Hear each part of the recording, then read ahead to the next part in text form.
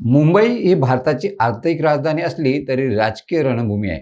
त्यामुळे येत्या काही महिन्यात होणाऱ्या मुंबई महानगरपालिकेच्या निवडणुकीसाठी भाजपानं कंबर कसली आहे. विधानसभा निवडणुकीतील मुख्यमंत्री देवेंद्र फडणवीसांच्या नेतृत्वात दमदार कामगिरी केल्यानंतर आता भाजपाचं लक्ष आहे मिशन मुंबईवर. यासाठी महाराष्ट्रात भाजपा रुजवणाऱ्या नेत्याची लेख मैदानात उतरण्याची चर्चा सुरू झाली आहे. कोण आहे ही भाजपाची लेख आणि मिशन मुंबईसाठी भाजपाची रणनीती नेमकी काय असेल याचा खास रिपोर्ट. नमस्कार, मी राजेश सावंत आणि तुम्ही पाहताय प्रहार न्यूज लाईन. स्थानिक स्वराज्य संस्था निवडणुकीचे वारे वाहू लागलेत. यावेळी मुंबई जिंकायचीच असा बेत आखून भाजपनं मुंबई मिशनसाठी जोरदार तयारी केली. मुंबईत भाजपाची धुरा सध्या तरी आशिष शेलार यांच्या खांद्यावर आहे. मात्र एक व्यक्ती एक पद हा भाजपाचा नियम आहे. त्यामुळे मुंबई अध्यक्षपदाच्या शर्यतीत अमित साटम आणि प्रवीण दरेकर यांची नावं चर्चेत आहेत. त्याचवेळी मुंबई भाजपाच्या अध्यक्षपदासाठी एक नवा चेहरा नाव चर्चेत आहे, ते म्हणजे पूनम महाजन. माजी खासदार आणि भाजपाच्या वरिष्ठ नेत्या असलेल्या पूनम महाजन यांचा मुंबईत चांगला जम आहे.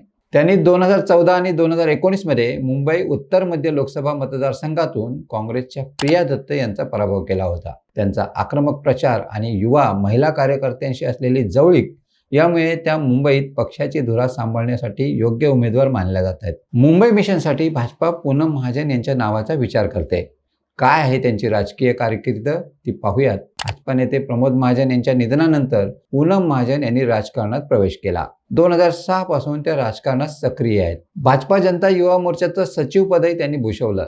तर 2010 मध्ये त्यांची उपाध्यक्षपदी नियुक्ती झाली. पूनम महाजन यांनी 2009 मध्ये घाटकोपरमधून विधानसभा निवडणूक लढवली. मात्र त्यावेळी मनसेत असलेले राम कदम यांनी त्यांचा पराभव केला. 2014च्या लोकसभा निवडणुकीपूर्वी पूनम महाजन यांची राष्ट्रीय सचिवपदी नेमणूक केली गेली. त्यानंतर त्यांना मुंबई उत्तर मध्य लोकसभा मतदारसंघातून उमेदवारी देण्यात आली. काँग्रेसचा बालेकिल्ला असलेल्या मतदारसंघात पूनम महाजन यांनी काँग्रेसच्या विद्यमान खासदार प्रिया दत्त यांचा 1,86,000 मतांनी पराभव केला.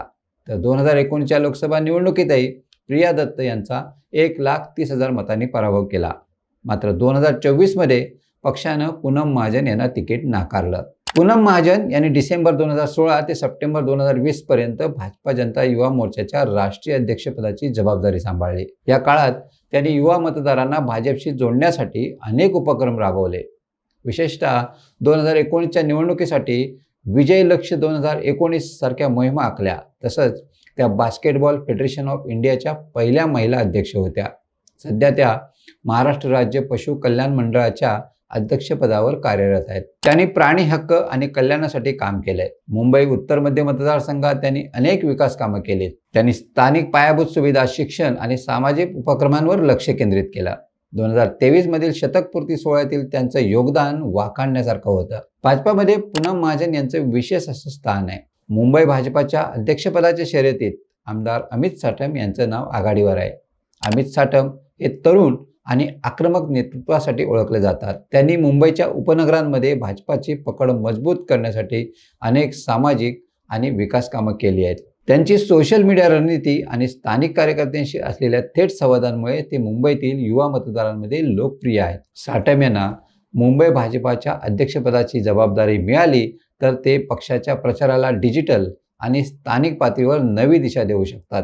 त्यांचा तरुण मतदारांवर असलेला प्रभाव आणि उपनगरातील पकड यामुळे भाजपाला मुंबई महापालिकेत जास्तीत जास्त जागा मिळवण्यासाठी फायदा होऊ शकतो. विशेषतः गोरेगाव, बोरिवली आणि दहिसरसारख्या उपनगरी भागांमध्ये साटम यांची रणनीती शिवसेनेला आव्हान देऊ शकते. अमित साटम यांनी आपल्या राजकीय कारकिर्दीची सुरुवात भाजपा युवा मोर्चापासून केली.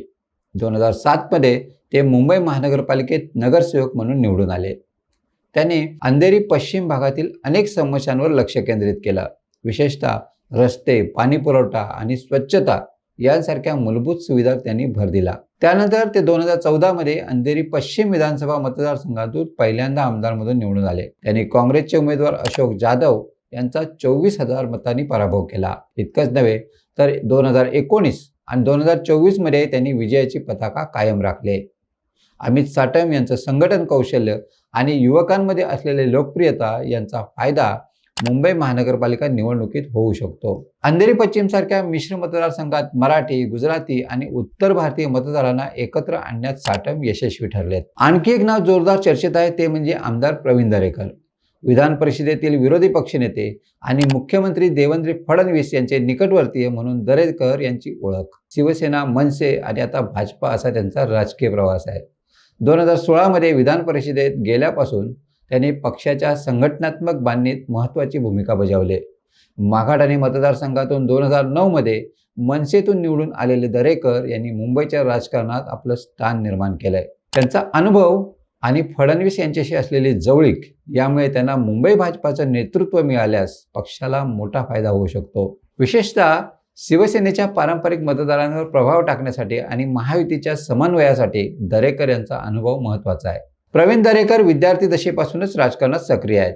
शिवसेनेच्या विद्यार्थी सेनेपासून त्यांच्या राजकीय कारकिर्दीला सुरुवात झाली. 2006 मध्ये शिवसेनेला सोडचिठ्ठी देत त्यांनी राज ठाकरे यांच्यासोबत महाराष्ट्र नवनिर्माण सेना स्थापन करण्यात पुढाकार घेतला. 2009 मध्ये माघाड आणि विधानसभा मतदारसंघातून मनसेच्या तिकिटावर ते आमदार म्हणून निवडून आले. तर 2014च्या विधानसभा निवडणुकीत त्यांना पराभव पत्करावा लागला. त्यानंतर त्यांनी मनसे सोडून भाजपात प्रवेश केला. 2016 मध्ये त्यांची विधान परिषदेत आमदार म्हणून निवड झाली आणि 2019 मध्ये विधान परिषदेच्या विरोधी पक्षनेतेपदी नियुक्ती झाली. इतकंच नव्हे तर मराठा आरक्षण आंदोलनाच्या मुद्द्यावर मनोज जरांगे पाटील यांच्या विरोधात भाजपाचे प्रमुख मराठा नेते म्हणून दरेकर यांनी सक्रिय भूमिका बजावली. प्रवीण दरेकर यांनी मुंबई आणि महाराष्ट्रातील भाजपाच्या संघटनात्मक बांधणीत महत्त्वाची भूमिका बजावली. माघाड आणि उपनगरीय भागांमध्ये त्यांनी पक्षाची पकड मजबूत केली. त्याचबरोबर दरेकर पक्षाची बाजू माध्यमांमधून प्रभावीपणे मांडण्यासाठी ओळखले जातात. दरेकर यांनी मुंबईच्या उपनगरांमध्ये पक्षाच्या स्थानिक कार्यकर्त्यांना एकत्रित करून प्रभागस्तरीय रणनीती आखण्यात महत्त्वाची भूमिका बजावली. 2017च्या मुंबई महापालिका निवडणुकीत भाजपाला मिळालेल्या 82 जागांच्या यशात दरेकरांचंही योगदान होतं. महायुती आघाडीत एकनाथ शिंदे यांच्या शिवसेनेसोबत समन्वय साधण्यासाठी दरेकर यांचा अनुभव आणि फडणवीस यांच्याशी जवळीक उपयुक्त आहे. दरेकर हे आक्रमक आणि स्पष्ट वक्ते आहेत. त्यामुळे उद्धव ठाकरे, शरद पवार आणि संजय राऊत यांच्या टीकेला त्यांनी तेवढ्याच ताकदीनं प्रत्युत्तर दिलंय. प्रवीण दरेकर यांचा शिवसेना, मनसे आणि भाजपमधील राजकीय अनुभव, मराठा समाजातील प्रभाव आणि फडणवीस यांच्याशी जवळीक यामुळे ते मुंबई महापालिका निवडणुकीत भाजपसाठी महत्त्वाचे नेते ठरतात. त्यांचे संघटनात्मक कौशल्य आणि आक्रमक नेतृत्व यामुळे काँग्रेससमोर मोठं आव्हान ते उभं करू शकतात. 2017च्या मुंबई महानगरपालिका निवडणुकीत भाजपानं स्वबळावर लढताना 82 जागा जिंकल्या, तर शिवसेनेनं 84 जागांसह बाजी मारली. मात्र यंदा परिस्थिती वेगळी आहे. शिवसेना 2 गटात विभागली गेले. महायुतीत एकनाथ शिंदेंच्या शिवसेनेसोबत भाजपाची आघाडी आहे.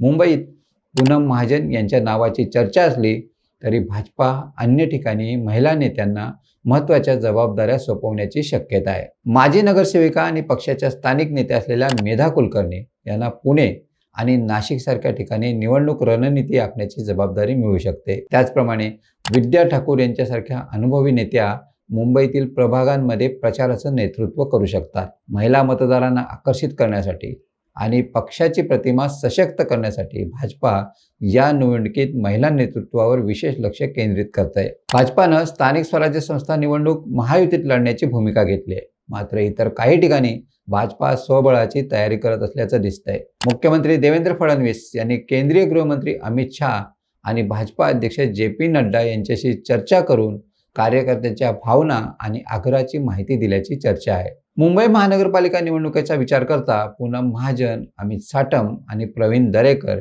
यांच्यासारख्या नेत्यांवर मोठी जबाबदारी पडू शकते. महिला मतदारांना आकर्षित करण्यासाठी पूनम यांच्यासारख्या नेत्या, तर उपनगरांमध्ये प्रभाव टाकण्यासाठी साटम आणि दरेकर यांच्यासारखे नेते महत्त्वाची भूमिका बजावू शकतात. मुंबई महापालिकेची निवडणूक ही केवळ सत्तेची लढाई नाही, तर मुंबईच्या भवितव्याची लढाई आहे. भाजपाची रणनीती आणि नेतृत्व यशस्वी ठरेल का हे येत्या काही महिन्यात स्पष्ट होईल. तुम्हाला काय वाटतं? कोण होणार मुंबई अध्यक्ष? कमेंट्समध्ये नक्की कळवा. आणि अशाच नवनवीन व्हिडिओ पाहण्यासाठी प्रहार न्यूझीलँड चॅनलला लाईक, शेअर आणि सबस्क्राईब करायला विसरू नका. धन्यवाद.